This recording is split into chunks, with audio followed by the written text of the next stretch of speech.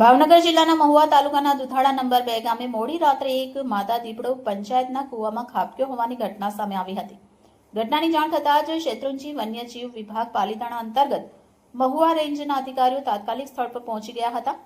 Range forest officer AG Dodiya સાહેબના માર્ગદર્શન હેઠળ રાઉન્ડ ફોરેસ્ટર આરવી ચાવડા, વનરક્ષક વીજી વાઘેલા અને એસટી જેઠવા સહિતની ટીમે પાંજરાની મદદથી દીપડાને સહી સલામત કૂવામાંથી બહાર કાઢ્યો.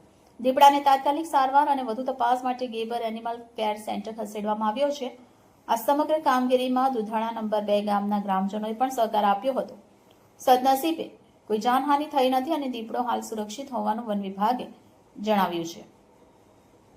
Reporter Jaybhai Bagiya, A to Z news, Mahuva.